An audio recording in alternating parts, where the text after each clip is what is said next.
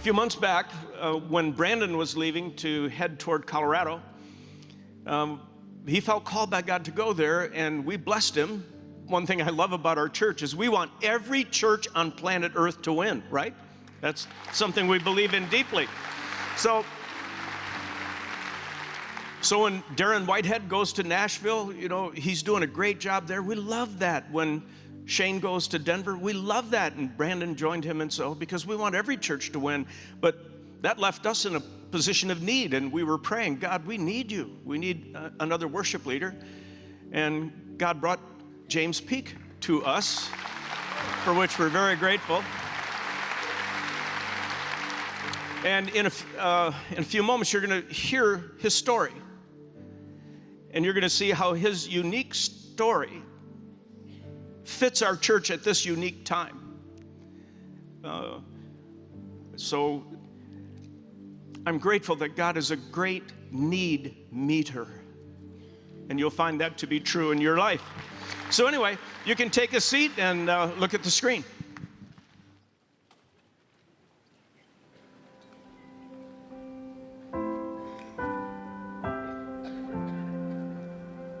I'm in the middle of a transition between Southern California and the Midwest here at Willow, and it's had me thinking a lot about this concept of home and what it means to have a home, what it means to build a home, and what it means to be at home.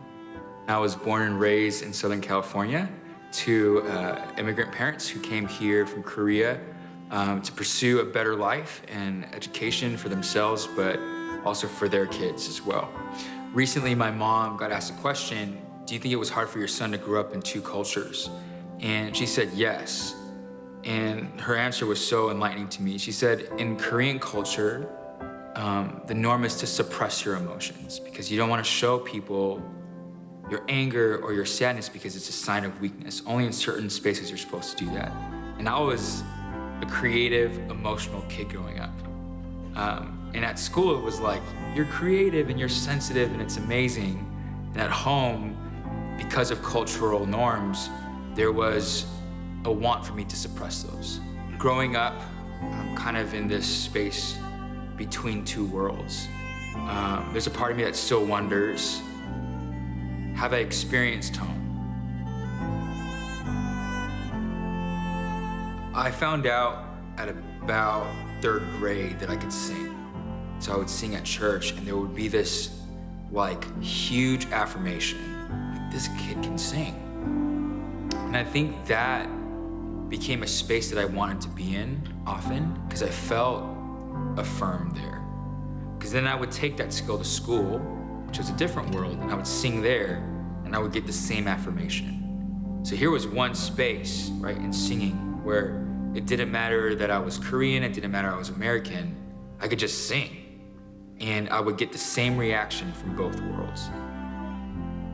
So I was in full-time ministry for about 10 years. So right out of university, I got offered a job to jump in on youth ministry. Then I became the worship pastor of this incredible church in Orange County. And I had this itch to scratch inside of me of what does life look like even outside of this space? I was turning 30 and I thought, if I'm gonna do it, I'm gonna do it now. And I really felt God's call just to take a leap. So this past year, I was a part of a program that had me traveling from place to place and not having a domicile to call my own, living out of a suitcase for about a year, really highlighted the fact that I wanted to build home somewhere in my next season. When I think about home and I think about the move here, there's an anxiety, there's also an excitement around that concept of knowing people well and still loving them, and having people know me really well and having them still love me. So growing up, not necessarily knowing what home is supposed to look like,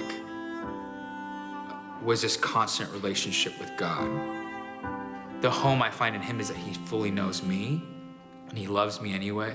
And so he is home in a lot of ways. The song Our Home is a song that I wrote with a bunch of my friends back in Southern California. And it was actually birthed out of a worship night. And in those spaces, sometimes will come out a chorus that someone writes right on the spot. And so here was this chorus that we had.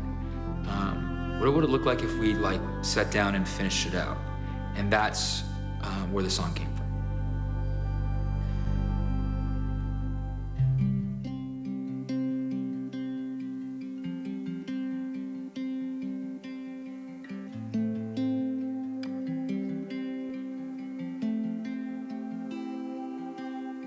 There is nothing like the way your love brings me to life.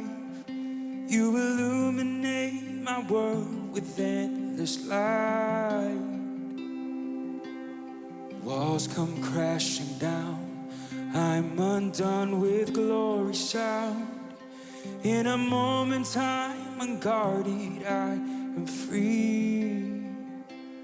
Your presence is our home.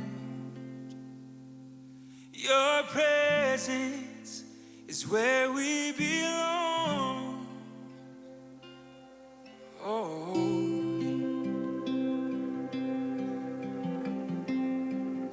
I belong to you, Jesus.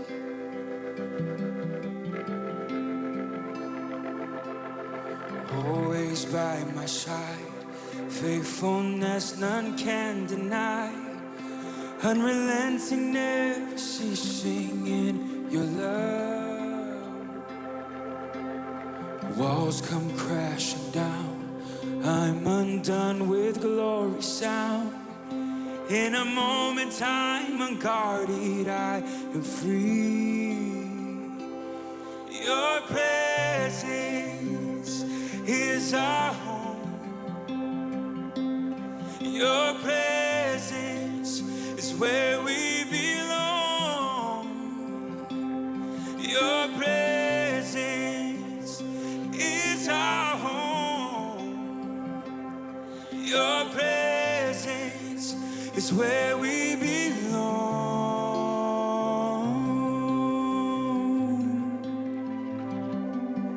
You are my home, oh God. Oh, there's no place like home. There's no one like you, God. Home is where you are.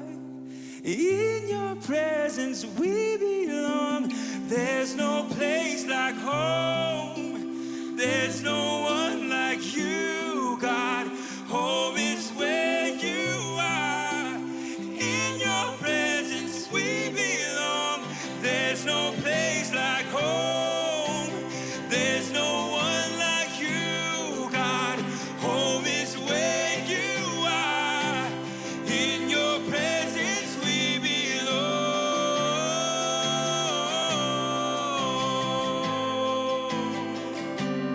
Oh, I'm lost without you, God.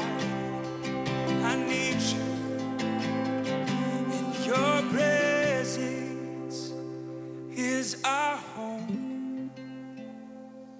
Your presence is where we belong. Your presence is our home.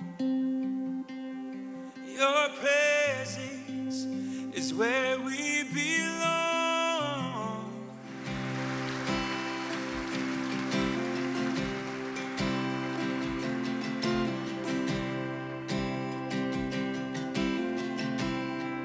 Sing with me, church. Bless the Lord, oh my soul, oh my soul. Worship His holy name. Sing, sing like never before.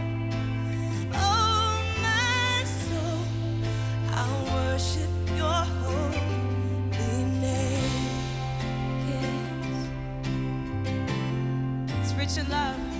You're rich in love and you're slow to anger. Your name is great and your heart is kind. For all Your goodness I will keep on singing.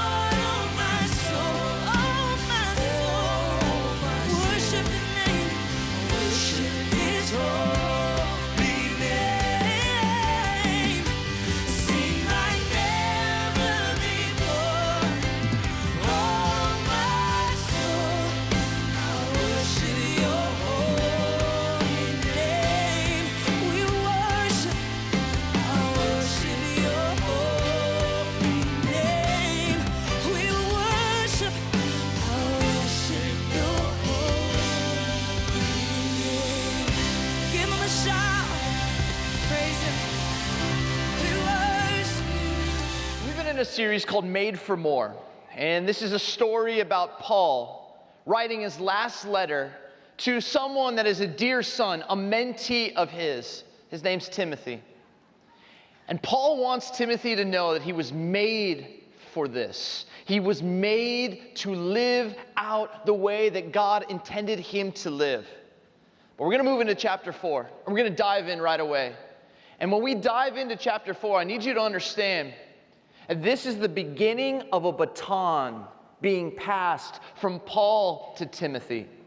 You have to understand that whenever there was a transition in the scriptures, whenever there was one leader moving on and handing a baton to another, whenever there was a time when a group of people were moving from one place to another, they would make a decree.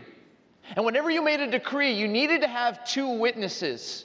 You might remember when Moses was going to lead the Hebrew people to the promised land. And in Deuteronomy 30, he says this, I call heaven and earth as witnesses. Today I set before you life and death, blessings and destruction. Now choose life. Moses calls out the 2 most incredible cosmic witnesses, heaven and earth. Heaven and earth.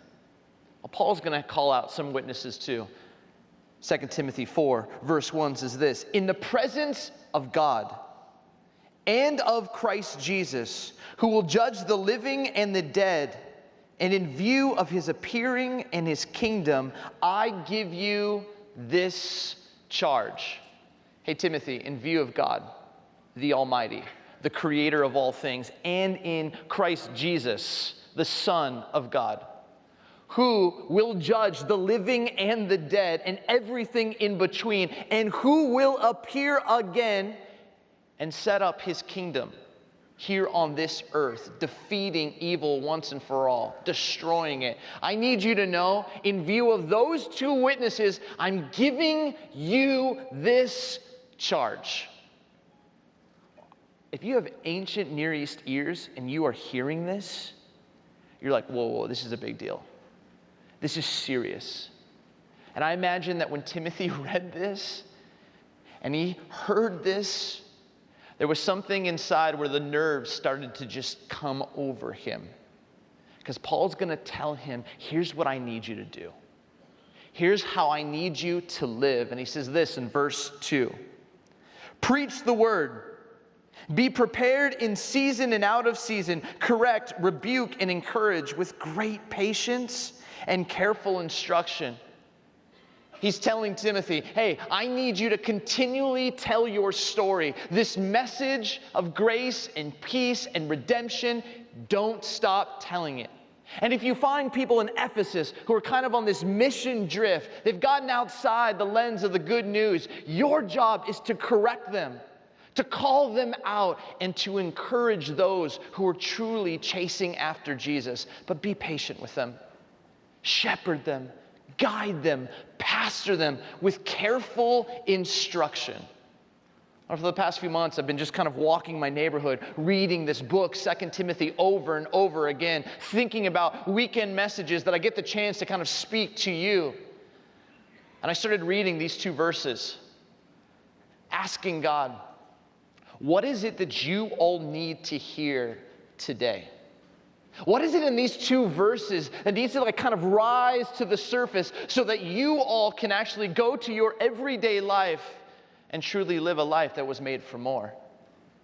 And God pointed me towards these 8 words in verse 2, which is this: be prepared in season and out of season. Be prepared. Be prepared in season and out of season. When you think of this phrase, in season and out of season, it's easy for us to think of athletics.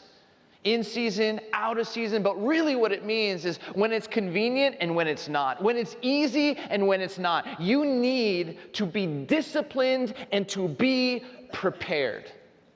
How many of you know this? I played college basketball, and I'll never forget, after our practices, our coach, Coach Hawk, would kind of draw all of the guys together, and he'd look at us and he'd kind of like pull on his shorts a little bit and go, men, you all aren't the most talented bunch, but here's what I can tell you. you will be the most prepared team in the country. And if you work hard and you dedicate yourself and you prepare yourself every time you step on the court, you will surprise some people.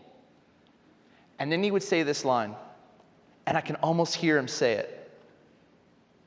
Your prep is the most crucial step to achieving greatness. And he'd say it all the time. He'd say it after practice, and we'd practice for 2 hours and 45 minutes, and then we'd go to the weight room, and we'd spend 90 minutes there, and every time you'd go in the weight room, you would be tired, and you would want to just kind of check out, and he would tell us, your prep is the most crucial step to achieving greatness. Don't take a shortcut. And from there, we take a quick shower, we go get some food, then we find ourselves in a film room for about 90 more minutes just watching tape, the same play over and over and over again, watching the opposing team and how they run their offense, what kind of defense they play. We'd watch it and you'd want to check out, and he'd tell us, your prep is the single most crucial step in achieving greatness. What's fascinating is you find yourself in these moments actually starting to believe that how I prepare myself transforms when I actually get to the game. I want to ask you, how prepared are you? Maybe for some of you sitting here go, I really need to learn a little bit more about what this word even means. It's a fascinating word. It's actually twofold, and I kind of want to draw this out for you. Prepare is these two words in like the ancient language that are brought together. You get like this pre, and it literally means before. Before. And the pair means before you furnish, before you supply, before you speak, before you create, before you make, or how I like to define it, before you go public.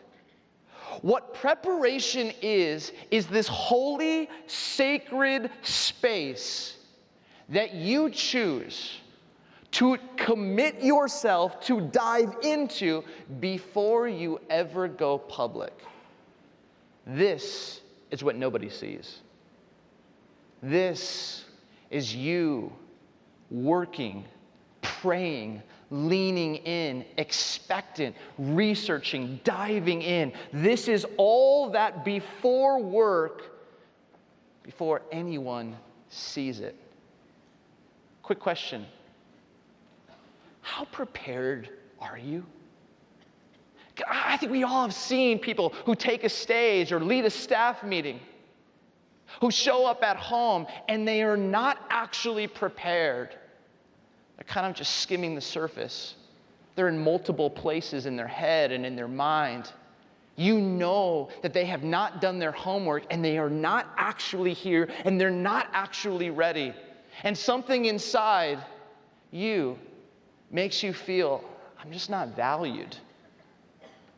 I'm not seen, I'm not noticed, I'm not recognized, I'm not actually cared about. Some of you in this room, truth be told, you are living an ill-prepared life in season and out of season.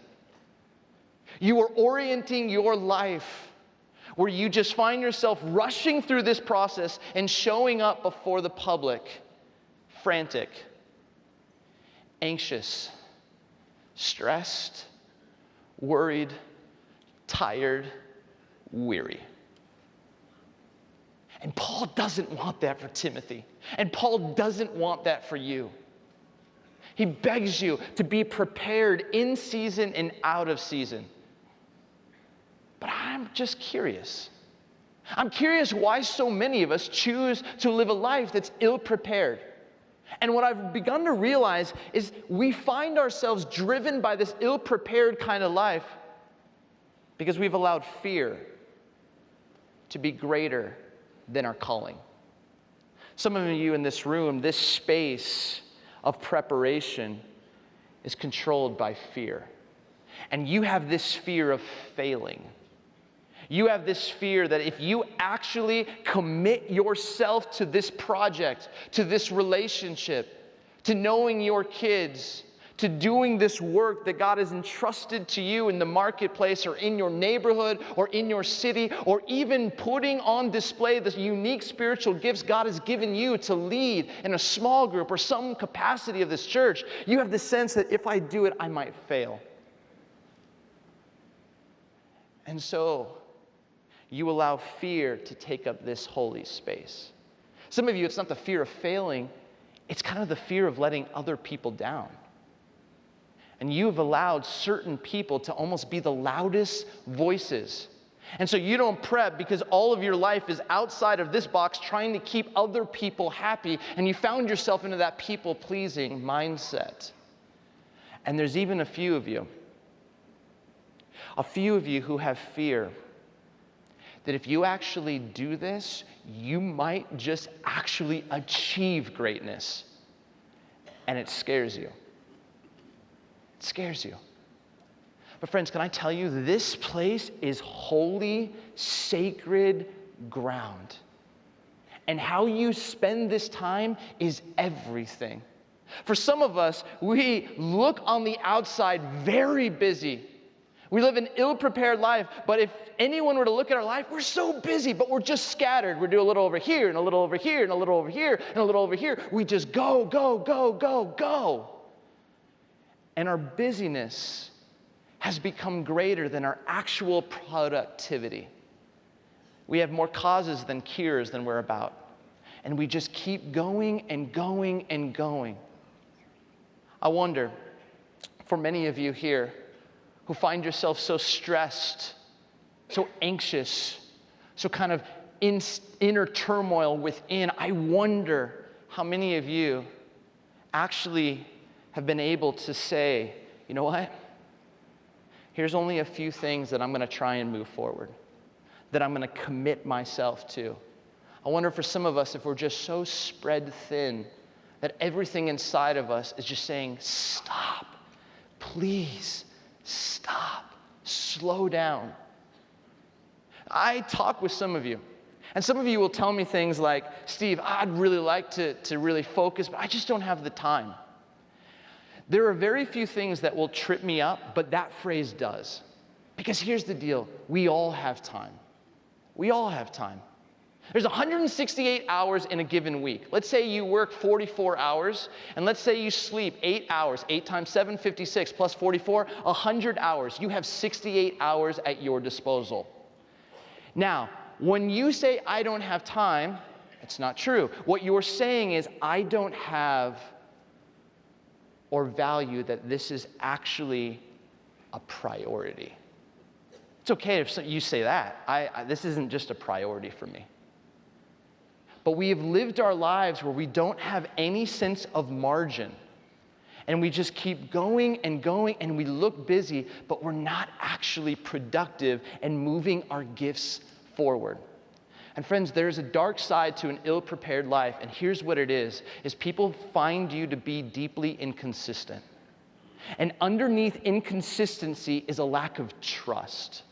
People don't trust that you will follow through. People don't trust that you will say what you mean and mean what you say. People don't trust that you will actually deliver. People don't trust that when you show up to your house, or when you show up to a meeting, or when you show up, that you have done your homework.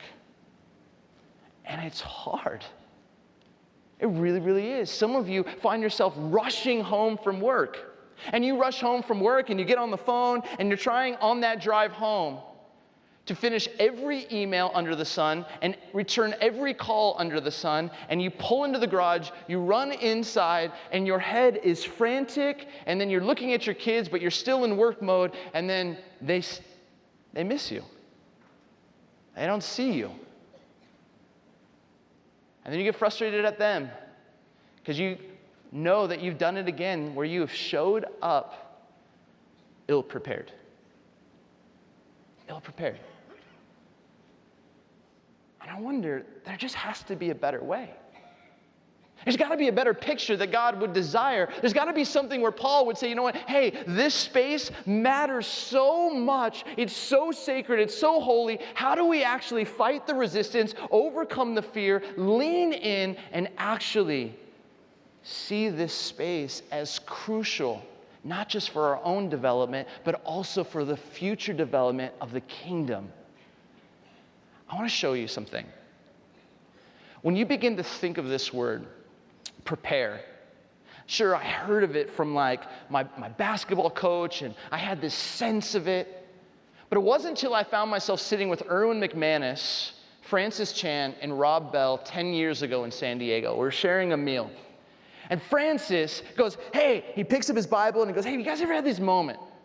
You've been studying a passage of Scripture for a month or two.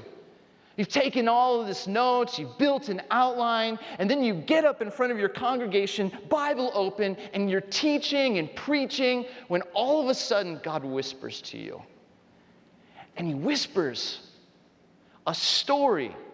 And you're speaking, but God's talking, and you're still teaching the whole room, and God's whispering, and you're like, hey, God, that wasn't in my prep time.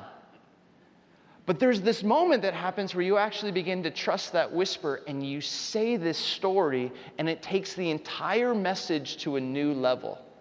And Erwin cuts him off, and he goes this, you know why that happens, right?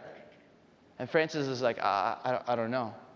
And Erwin says, because you made this preparation process so sacred and protected that by doing this, when you showed up to teach, you actually opened yourself up to receive more from God. And yeah, when I heard this, it changed everything. Because sometimes I think, you know what, okay, it's just about preparing so that I can go public. I can do my homework, I can show up well. But what Erwin was saying is when you actually prepare, you open yourself up so that you aren't fixated on your notes. You're not fixated on like this thing or that thing, but you can actually be present to see the people and sense what God is wanting to do in the room. It is a gift that comes when you choose to live a prepared kind of life. Now, anyone who likes good food, you might have been to a restaurant and maybe you've seen inside the back of a kitchen, and maybe you sat with a chef or you've heard stories. You know, back in the day, chefs used to get so angry and people would be running over and around kitchens, getting to refrigerators, pulling out vegetables, running to get knives and plates, and they were cutting. And it was a frantic, chaotic place. But the French had this philosophy around cooking, around the kitchen. It was this phrase, mise en place. And it literally means to put in its place. They bring in a team in the early afternoon to prep the kitchen. They know what chefs will be where. And they put out all the knives and all the plates. And when the chefs come in, all of the food is ready so that they don't have to run over here and run over here. They don't have to be frantic. They can be focused in this space. And when you are so focused in this place, you can think about the art of the food. And when you can think about the art of the food, you can think about the guests that you're going to serve. You're not thinking about, I gotta get this knife, and I gotta get through this, and I need more of this. You can be focused because you have it all right here. This space will free you to hear God. This space will allow you to focus so well when you do bring it to the public to see people in our world who are suffering and hurting, ways in which you can bring your gift to actually be a blessing, a beautiful creation that meets a tangible and real need. You want to know who some of the best at preparation are? One guy was Steve Jobs. And every year when Apple would come out with a new product and he would get into a large theater and begin to speak, we always just saw him via online, news, or if you had the privilege to be there live, watching him debut a new product in the public. What we never saw were the weeks of preparation for how he wanted the lights and how he would do a run-through and a walk-through and how he would speak and say, I want this camera angle like this, and I need it to work like this, and it needs to be like this. He was so adamant about this process, and every time he went public with it, something powerful happened. For those of you who like sports, 2 years ago in the Super Bowl, remember when the Seattle Seahawks should have won? All they needed to do was hand the ball off to Marshawn Lynch. They didn't do that. What they decided to do was do this quick slant. Bill Belichick, brilliant Bill Belichick, watching game tape, saw something. He saw two players give a tell in which he knew that they were going to do a quick slant, and he taught his defensive backs to be aware of this tell. So a defensive back who was undrafted, he came from a lower tier college football program, was sitting attentive and attuned in a film session. He hears his coach say this, and on the last play of the Super Bowl, he sees the tell. And when Russ Wilson throws that, he knew it was coming, steps up, makes an interception, New England Patriots win a Super Bowl, and his life is transformed forever. One New England Patriot fan, well done. Now, here's what I want you to know. Can you imagine if that guy, in the film session, chose just to tune out? We'd have a different Super Bowl winner. His life would look radically different. This is critical. And it doesn't just affect you. It affects your company, and it affects your family. It affects your livelihood. It affects your relationships. When you get this right, what happens is when